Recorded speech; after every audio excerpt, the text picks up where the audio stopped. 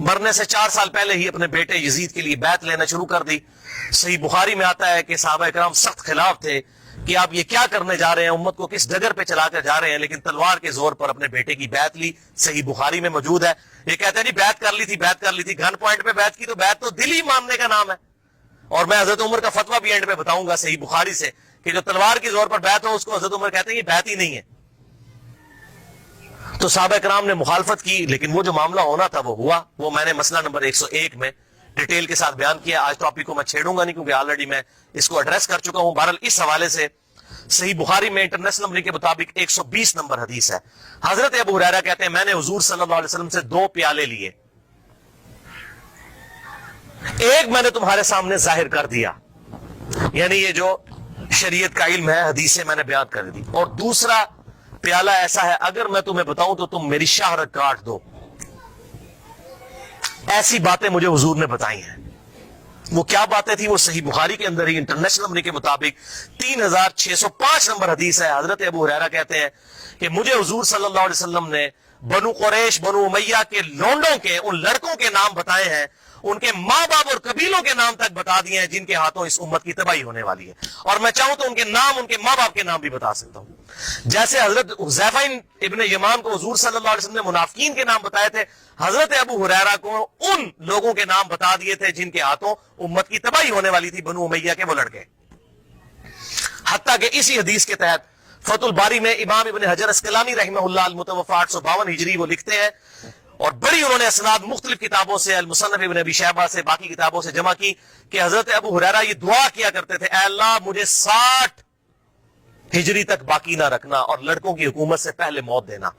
59 ہجری میں حضرت ابو ہریرہ فوت ہو گئے اور 60 ہجری میں یزید ابن معاویہ تخت نشین ہوا.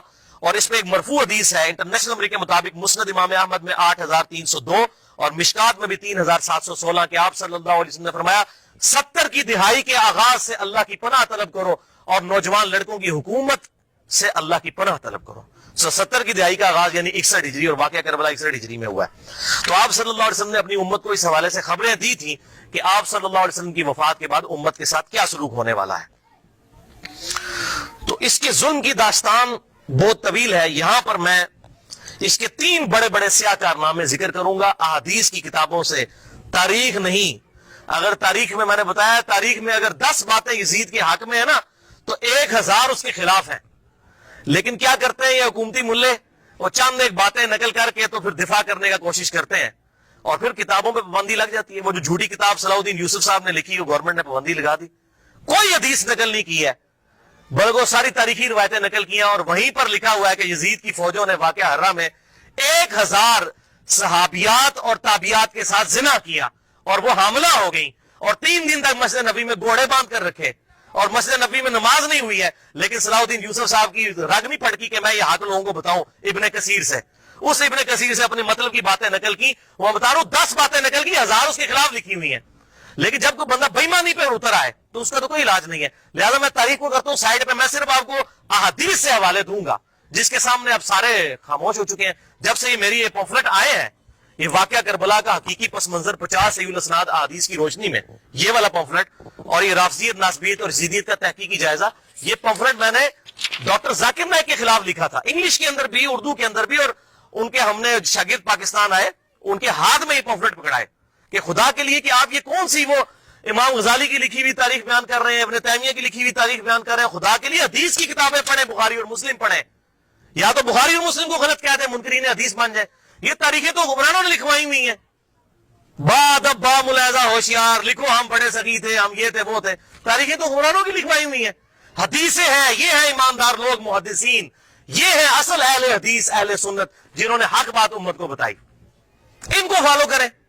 تو دین جب محدثین سے لیا تو اس طرح کی باتیں محدثین سے لینی ہے. اتھینٹسٹی تو محدثین کی ہے, نہ کہ ان لوگوں کی ہے. تو اس حوالے سے یہ بات آپ سمجھ لیجئے. 3 سیاہ کارنامے یزید کے.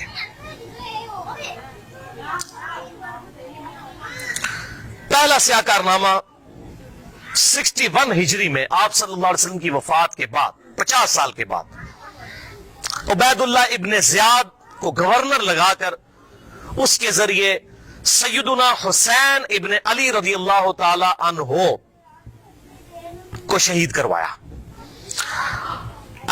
اہل بیت میں سے اور 54 لوگ دوسرے شہید ہوئے واقعہ کربلا کے دوران، ٹوٹل 72 لوگ. اور اس کا ذکر صحیح بخاری میں انٹرنیشنل نمبر کے مطابق 3748 نمبر حدیث میں موجود ہے، اور صحیح مسلم میں 6309 نمبر حدیث کے اندر بھی موجود ہے کہ جب حضرت حسین کے قتل کے بعد حضرت امام زین العابدین علی ابن حسین رحمہ اللہ تعالی جب مدینہ شریف آئے تو ان کے ہاتھ میں حضور کی تلوار تھی جو حضرت علی کے پاس تھی، اس کے بعد مولا حسین کے بعد تھی، مولا حسین کے بعد زین العابدین کے پاس آئی. صحیح مسلم 6309. تو مسور بن مخرمہ رضی اللہ تعالیٰ عنہ حاضر خدمت ہوئے اور انہوں نے کہا کہ اے نبی کے بیٹے، یہ تلوار آپ میرے حوالے کر دیں ورنہ یہ کہیں بنو امیہ کے ظالم لوگ آپ سے چھین نہ لیں، اور میں اپنی جان سے بڑھ کر اس کی حفاظت کروں گا. تو یہ صحیح مسلم میں موجود ہے. لوگ کہتے ہیں نہیں پتہ نہیں حسین قتل بھی ہوا تھا کہ نہیں. ٹھیک ہے، اب لوگوں نے یہ باتیں کرنا شروع کر دی ہیں. تو بھائی جھوٹ کے تو کوئی پاؤں نہیں ہوتے ہیں. جب لوگوں نے یہ جرت کی تھی وہ صحابہ وہ بغلوں میں بت رکھ کے آتے تھے اس لیے رفع یدین ہوتا تھا، حالانکہ اہل سنت اور اہل تشیع کا رفع الیدین پہ اجماع ہے، سوائے حنفیوں کے پوری امت متفق ہے کہ آپ صلی اللہ علیہ وسلم رکوع میں جاتے وقت رکوع سے اٹھتے وقت رفع الیدین کرتے تھے. لیکن جب کوئی بندہ بے ایمانی پر اترا ہے تو اس کا تو کوئی علاج ہی نہیں ہے. وہ کہے گا جی بت رکھ کے آتے تھے، اے بھی ہوئی یہ بت رکھ کے آتے تھے. بھائی صحیح مسلم میں موجود ہے، صحیح بخاری میں واقعہ کربلا کا ذکر موجود ہے. دوسرا سیاہ کارنامہ،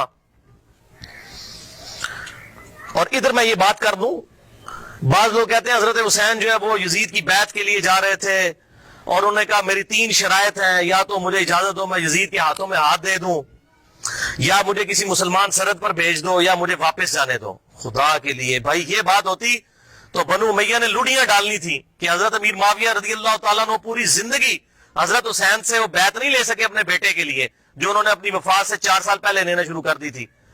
اور یہ عبید اللہ ابن زیاد نے حضرت حسین کو اگر منوا لیا تھا تو اس کو تو سونے میں تولنا تھا یزید نے کہ بھی آپ نے بڑا کارنامہ کیا ہے. کدھر یہ جھوٹ ہے.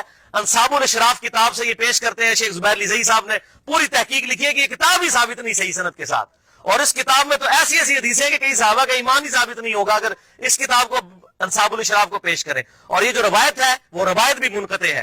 حلال بن صاف یہ بیان کرتے ہیں ان کا واقعہ کربلا میں ہونا ثابت ہی نہیں ہے، اور منقطع روایت کوئی حجت نہیں ہوتی ہے. تو یہ کتاب بھی ثابت نہیں، بالکل جھوٹ ہے. پوری امت بیعت کر لیتی، حضرت حسین بیعت نہ کرتے اس وقت تک ان کو سکون نہ آتا. کیوں؟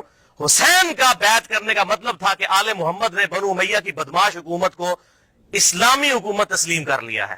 اس لیے آپ دیکھیں ایک حسین نے بیعت نہ کی تو یار کیا ہوا، کوئی فرق نہیں پڑتا، چھوڑ دو. حضرت سعد ابن عبادہ نے بخاری مسلم میں آتا ہے کہ حضرت ابوبکر اور عمر کی بیعت نہیں کی تو کیا حضرت ابوبکر نے ان کو قتل کروا دیا تھا؟ نہیں.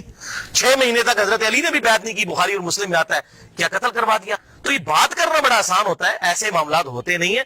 حق بات وہی ہے جو کتابوں کے اندر لکھی ہے، باقی لوگ جتنی باتیں کرتے رہے وہ سب جھوٹی کہانیاں ہوتی ہیں. تو یہ دوسرا سیاہ کارنامہ یہ تھا کہ جب حضرت حسین کو شہید کیا گیا تو ظاہر امت میں کوحرام مچ گیا. تو جن لوگوں نے تلوار کے زور پر بیعت کی ہوئی تھی، دبے ہوئے تھے، وہ بھی میدان میں اترے. انہوں نے کہا کہ ہم یزید ابن معاویہ کی بیعت توڑ کے اس کو پھینک دیتے ہیں. سب سے پہلے اہل مدینہ نے بغاوت کی، اور صحیح مسلم میں کتاب الامارہ چیپٹر میں موجود ہے یہ چیز، امارت کے بیان والے چیپٹر میں صحیح مسلم کے اندر. اور جب بیعت توڑی تو ظاہر ہے کہ پھر یزید کو غصہ آیا، اس نے پھر فوج اپنی بھجوائی اور اس نے اہل مدینہ کے اوپر جو ہے وہ چڑھائی کر دی. 3 دن تک مدینہ تو رسول کو حلال ٹھہرا لیا کہ وہ حضرت عثمان غنی رضی اللہ تعالیٰ عنہ جنہوں نے شہادت گوارا کر لی لیکن مدینے میں اپنے دفاع میں تلوار نہیں اٹھنے دی کہ مدینہ تو رسول میں میری وجہ سے خون نہ گرے. اس یزید ظالم شخص نے مدینے پر حملہ کروایا اور قتل عام مسلمانوں کا کروایا. صحیح بخاری میں کتنی حدیثیں میں ان کے حوالے دے دیتا ہوں. صحیح بخاری میں 2604 2959 4024 4906 یہ صحیح بخاری میں ہے. صحابہ کا قتل عام کروایا. یہ کہتے ہیں صحابہ کے گستاخ، اور جنہوں نے چمچے ہونا سب تو بڑے گستاخ وہ جے صحابہ دے جنہوں نے صحابہ نو قتل کیتا جے. گالی دینا تو چھوٹا جرم ہے، قتل کروانا بڑا جرم ہے. اور گالی بھی میں نے بتا دیا انہوں نے شروع کروائی ہوئی ہے. یہ ساری بدعتیں بنو امیہ کی شروع کی ہوئی ہیں، ممبروں پر حضرت علی پر لعنت کرنا اور صحابہ کو قتل کرنا. اور صحیح مسلم میں 3339 3319 3323 سے لے کر 3333 تک یہ 15-20 احادیث ہیں جن کا لب لباب یہ ہے کہ آپ صلی اللہ علیہ وسلم نے ارشاد فرمایا جس نے اہل مدینہ کو ڈرایا، اہل مدینہ کو دھمکایا